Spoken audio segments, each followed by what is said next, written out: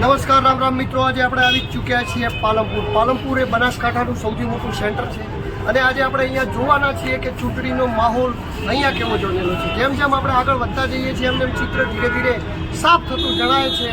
ત્યારે આપણે અત્યારે કટોકટી અને ટક્કર વચ્ચેના માહોલમાં આપણે પાલનપુર સિટીમાં આવી ચૂક્યા છીએ અને અત્યારે આપણે બસ સ્ટેશન વિસ્તારમાં છીએ અને પાલનપુરના અલગ અલગ વિસ્તારોમાં ફરીને આપણે જાણવાના છીએ કે કેવો છે રાજકીય માહોલ. તો આપ મારી સાથે બનાયેલા રહેજો અને મારી ચેનલને સતત જોતા રહેજો. તો હું તમારા માટે આવા અવનવા બ્લોગ તૈયાર કરતો રહીશ. તો આપ મેં લઈ જવાનો છું પાલનપુર બજારમાં. મારી સાથે બનાયેલા રહેજો લાઈવ.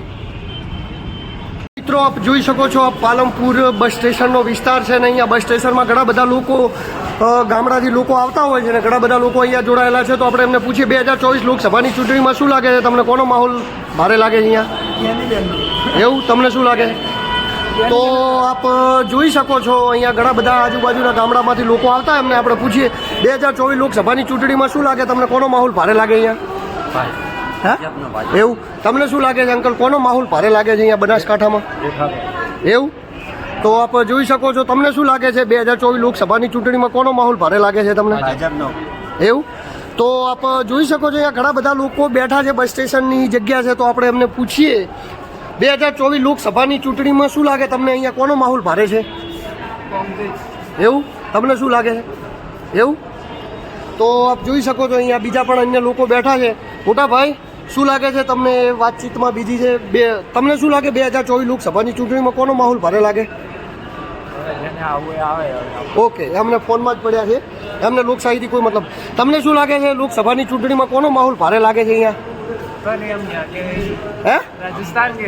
अच्छा, राजस्थान के हो? राजस्थान में कहाँ से हो? खाटूश्याम जी। है खाटूश्याम जी खाटूश्याम के पास।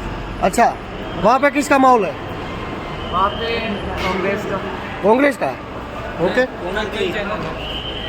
તો આપ જોઈ શકો છો અહીંયા બીજા પણ અન્ય લોકો બેઠા છે. એમને પણ આપણે પૂછીએ શું લાગે છે તમને અહીંયા 2024 લોકસભાની ચૂંટણીમાં કોનો માહોલ વધારે લાગે છે? મૂળ કચ્છના. કચ્છના આવ્યો? કચ્છમાં કેવું લાગે? ઓકે, તો આપ જોઈ શકો છો. આગળ આપણે વધીએ 2024 લોકસભાની ચૂંટણીમાં તમને શું લાગે કોનો માહોલ વધારે લાગે? એવું તો આપણે જેમ જેમ આગળ વધતા જઈશું એમને આપણને અલગ અલગ પ્રકારના માણસો મળતા જશે. એમને આપણે પૂછતા જઈએ 2024 લોકસભાની ચૂંટણીમાં કોનો માહોલ વધારે લાગે ભાઈ તમને અહીંયા? ઓકે, તો આપણે અહીંયા બીજા પણ ઘણા બધા લોકો બેઠા. 2024 લોકસભાની ચૂંટણી છે, કોનો માહોલ વધારે લાગે છે તમને બનાસકાંઠામાં? ઓકે, તમને મોટા ભાઈ? તમને બે? ડોક્ટર રેખાબેન નીતેશભાઈ ચૌધરી. ઓકે, તમને ભાઈ? તમને કોનો માહોલ વધારે લાગે છે 2024 લોકસભાની ચૂંટણી? મોદી. તમને શું લાગે છે? મોદી. ઓકે, તો આપ જુઓ છો અહીંયા માહોલ એકદમ તંજ કસાયેલો છે અને સાથે સાથે શું લાગે 2024 લોકસભાની ચૂંટણીમાં? મોદી. ઓકે, તો આપ જોઈ શકો છો અહીંયા બીજા પણ ઘણા બધા અહીંયા લોકો છે. તો આપ જોઈ શકો છો ગ્રામીણ વિસ્તારમાંથી પણ અહીંયા લોકો આવે છે અને સિટી વિસ્તારમાંથી પણ અહીંયા લોકો આવે છે. તો આપણે અલગ અલગ પ્રકારના માણસોને પૂછપરછ કરીશું. શું લાગે છે 2024 લોકસભાની ચૂંટણીમાં કોનો માહોલ વધારે લાગે બેન તમને અહીંયા? ઓકે, તમને? ઓકે, બરોબર. શું લાગે છે તમને કોનો માહોલ વધારે લાગે છે? લાગે છે જે આવે સારું. પણ તમને શું લાગે એ કોણ? જે બે વાત જવા દો.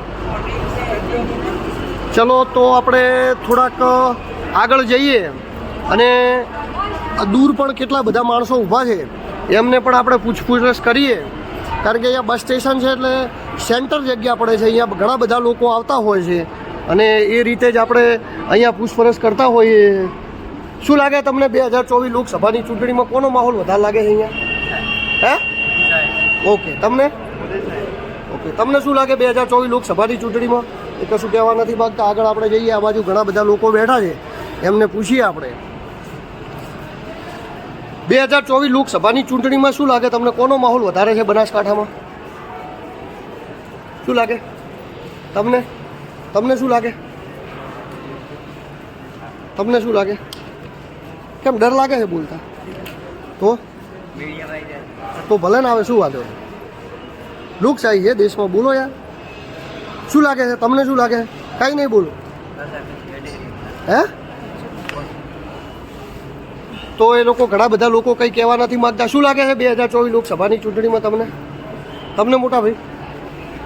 તો આપ જોઈ શકો છો કે ઘણા બધા લોકો બોલવા જ નથી માગતા. અહીંયા પણ ઘણા બધા માણસો ઊભા. શું લાગે ભાઈ 2024 લોકસભાની ચૂંટણીમાં કોનો માહોલ વધારે લાગે છે?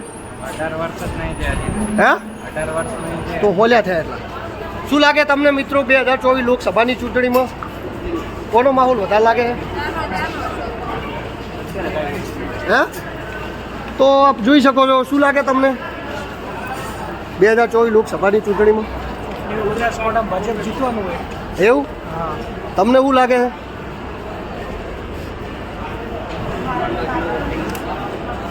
તો અહીંયા ઘણા બધા લોકો છે પણ મોટે ભાગે ખાસ કશું કહેવા નથી માગતા. 2024 લોકસભાની ચૂંટણીમાં શું લાગે છે તમને? સાહેબ ભાજપનો કટબજો રહેશે. હે ભાજપનો. હા બનાસકાંઠાની વાત છે. તમને શું લાગે છે? ભાજપ સરકાર. એવું તમને શું લાગે મોટા ભાઈ? Same to you. તમને તમને હા ચલો આપણે આ બાજુ જઈએ. અહીંયા પણ ટપરી લાગેલી છે તો અહીંયા માણસો અલગ અલગ પ્રકારની માણસો મળશે. 2024 લોકસભાની ચૂંટણીમાં કોનો માહોલ વધારે લાગે છે? બીજેપી. ઓકે 2024 લોકસભાની ચૂંટણીમાં કોનો માહોલ વધારે લાગે છે? ભાજપ. તમને તમને તમને તમને કોનો માહોલ વધારે લાગે છે? તમે બધા મિત્રો છો? હા મિત્રો. તમને ભાજપનો ને તમને કોંગ્રેસનો એવું કેમ લાગે? હે એવું? અચ્છા ચલો આગળ પણ આપણે પૂછીશું. શું લાગે છે 2024 લોકસભાની ચૂંટણીમાં કોનો માહોલ વધારે લાગે ભાઈ? અહીંયા બધા માણસો છે. 2024 લોકસભાની ચૂંટણીમાં શું લાગે કોનો માહોલ વધારે છે? ભાજપ લાગે. એવું ઓકે એવું તમને એવું તમને એવું તમને એવું તો આપણે જોઈ શકો છો અહીંયા જ્યાદાતર લોકોની રાય એક જ છે અને આપણે ઘણા બધા લોકોને પૂછીશું હજી પણ 2024 લોકસભાની ચૂંટણીમાં શું લાગે ભાઈ કોનો માહોલ છે વધારે અહીંયા? બીજેપી જીતવાનું હોય. હે બીજેપી. એવું ઓકે તમને શું લાગે છે 2024 લોકસભાની ચૂંટણીમાં અહીંયા કોનો માહોલ વધારે છે? એવું તમને બધા ભાઈઓને એક જેવું લાગે છે? એવું તો પછી યાર બોલો. ઠાકોર સમાજ બોલે છે. એવું તમને શું લાગે વળી?